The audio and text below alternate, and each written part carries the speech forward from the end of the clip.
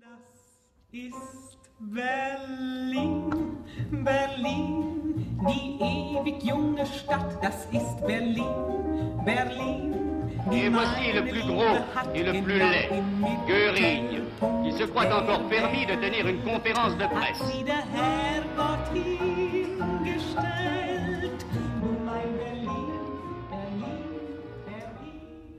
J'appelle à présent à la barre Madame Claude Vaillant-Couturier.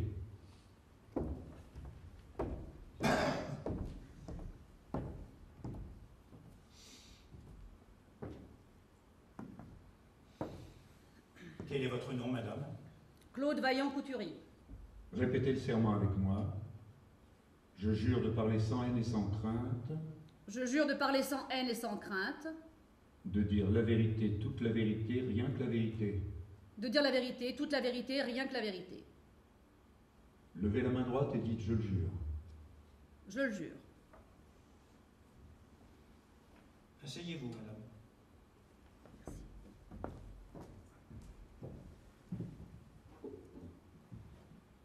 Madame, vous avez été arrêtée et déportée.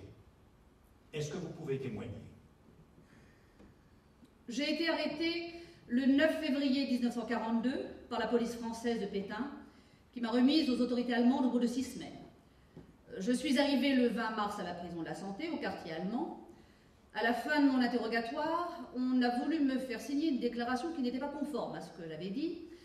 Comme j'ai refusé de la signer, l'officier qui m'interrogeait m'a menacée, et comme je lui ai dit que je ne craignais pas d'être fusillée, il m'a répondu « Mais nous avons à notre disposition des moyens bien pires que de fusiller les gens pour les faire mourir. » Est-ce que vous pouvez nous parler du bloc 25? Je vais essayer. Prenez votre temps, madame.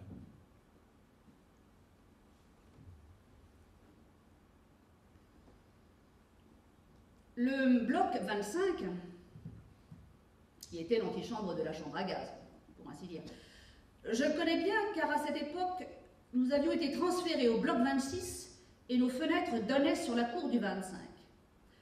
On voyait les tas de cadavres empilés dans la cour et de temps en temps une tête ou une main qui bougeait parmi ces cadavres, essayant de se dégager. C'était une mourante qui essayait de se sortir de là pour vivre.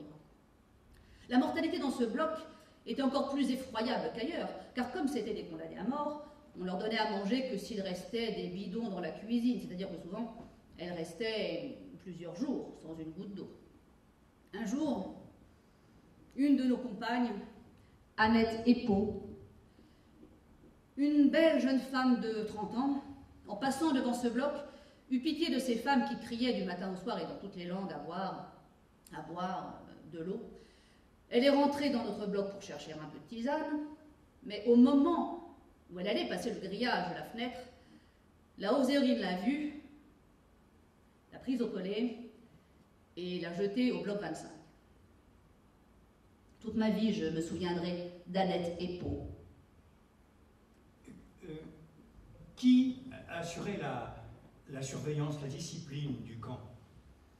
En général, les SS économisaient beaucoup de personnel à eux, en employant les détenus pour la surveillance des camps. On arrivait par la corruption, la délation, la terreur, à les transformer en bêtes humaines. Elles frappaient autant que frappaient les SS. Et en ce qui concerne les SS, les hommes se conduisaient comme les femmes, et les femmes étaient aussi sauvages que les hommes, il n'y avait pas de différence. Le système utilisé par les SS pour avilir les détenus, en leur faisant faire des actes qui devaient les faire rougir d'eux-mêmes, arrivait à faire en sorte qu'ils ne soient plus des êtres humains. Et c'était cela qu'ils recherchaient. Il fallait énormément de courage pour résister à cette ambiance de terreur et de corruption. Qui distribuait les punitions? Le chef des SS, les hommes, les femmes. Et dites-moi, madame, en quoi consistaient les punitions? La punition la plus classique était 50 coups de bâton sur les reins. Ces coups de bâton étaient donnés par une machine que j'ai vue. C'était un système de balancement manipulé par un SS. Il y avait aussi des appels interminables, jour et nuit, ou bien de la gymnastique. Il fallait se mettre à plat ventre, se relever, se mettre à plat ventre, se relever pendant des heures. Et quand on tombait, on était assommé de coups et transporté au bloc 25. Est-ce que vous avez entendu parler de stérilisation? Les stérilisations, ils ne s'en cachaient pas. Ils disaient qu'ils essayaient de trouver la meilleure méthode de stérilisation pour pouvoir remplacer, dans les pays occupés, la population autochtone par des Allemands au bout d'une génération, après avoir utilisé les habitants comme esclaves pour travailler pour eux. Est-ce que vous avez vu des femmes enceintes? Oui, oui. Les femmes juives, quand elles arrivaient enceintes de peu de mois, on les faisait avorter. Et quand la grossesse était près de la fin, après l'accouchement, on noyait les bébés dans un seau d'eau. Vous avez vu ça? Oui. Oui, oui, je sais cela parce que j'ai travaillé au Révire et que la préposée à ce travail était une sage-femme allemande détenue pour avoir pratiqué des avortements. Un beau jour, un ordre est arrivé de Berlin disant qu'il fallait supprimer tous les bébés juifs. Alors les mères et leurs bébés ont été convoqués à l'infirmerie. Elles sont montées en camion et on les a conduites au gaz. Madame, tout à l'heure vous avez dit que certains déportés étaient, dès leur descente du train, envoyés directement à la chambre à gaz. Que devenaient leurs vêtements, leurs bagages? Quand les Juifs arrivaient, ils devaient tout laisser sur le quai. Ils étaient déshabillés avant d'entrer. Et leurs habits, ainsi que tout ce qu'ils avaient laissé sur le quai, étaient transportés dans de grandes baraques. Là, on faisait des triages. Et tout était expédié vers l'Allemagne. Les bijoux, les manteaux de fourrure, etc. Nous assistions à toutes les arrivées quotidiennes.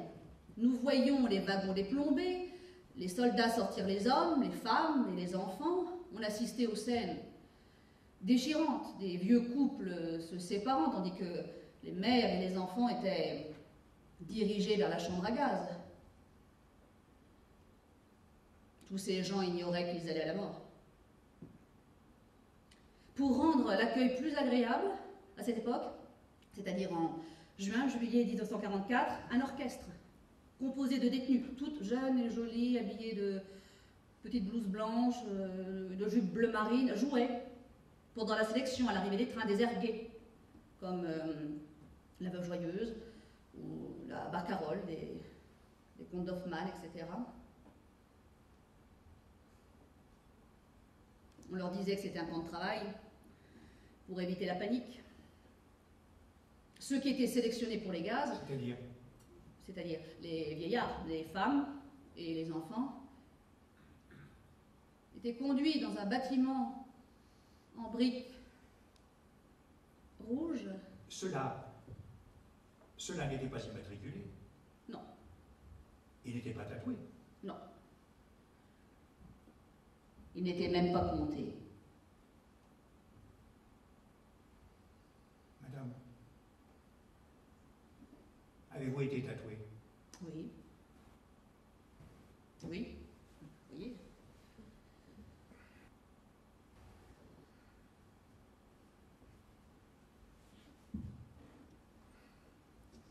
Ils étaient conduits dans un bâtiment en briques rouges qui portait les lettres BAD, c'est-à-dire bain.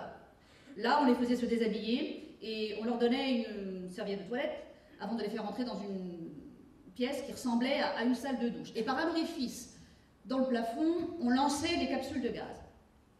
Un SS regardait par un hublot l'effet produit. Au bout de 5 à 7 minutes, lorsque le gaz avait fait son œuvre, il donnait le signal pour l'ouverture des portes.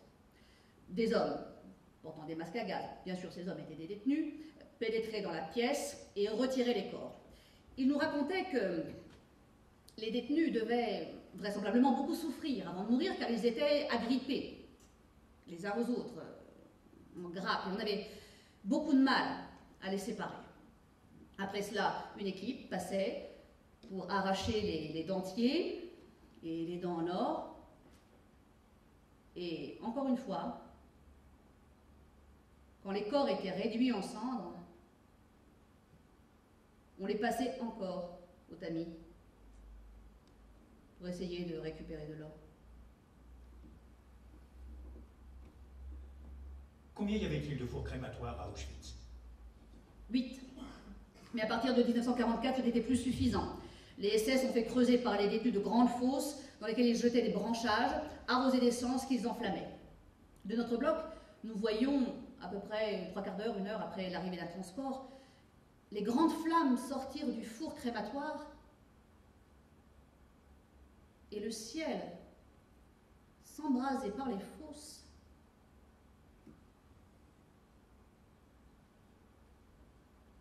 Une nuit, nous avons été réveillés par des cris effroyables. Nous avons appris le lendemain, par les hommes qui travaillaient aux Sonderkommando, le commando des gaz, que la veille, n'ayant pas assez de gaz, ils avaient jeté les enfants vivants dans les fournaises.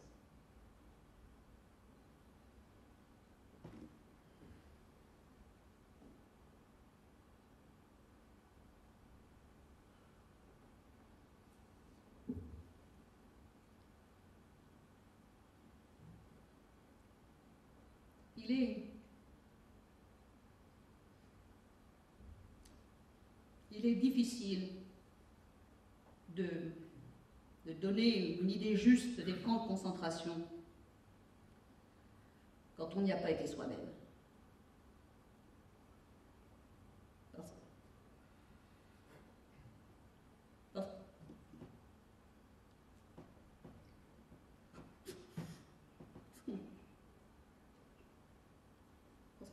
On ne peut que citer des exemples d'horreur. Et on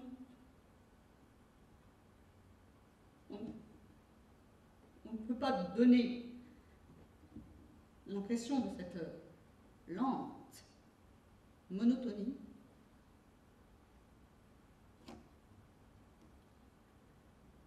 Et quand on demande qu'est-ce qui a été le pire, il est impossible de répondre car tout était atroce.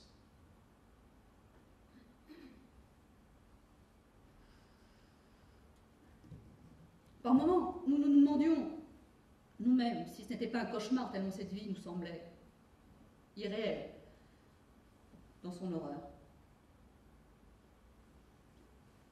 Nous n'avions qu'une volonté. Pendant des mois, des années, c'était de sortir à quelques-unes vivantes pour pouvoir dire au monde ce que c'est que les balles nazies.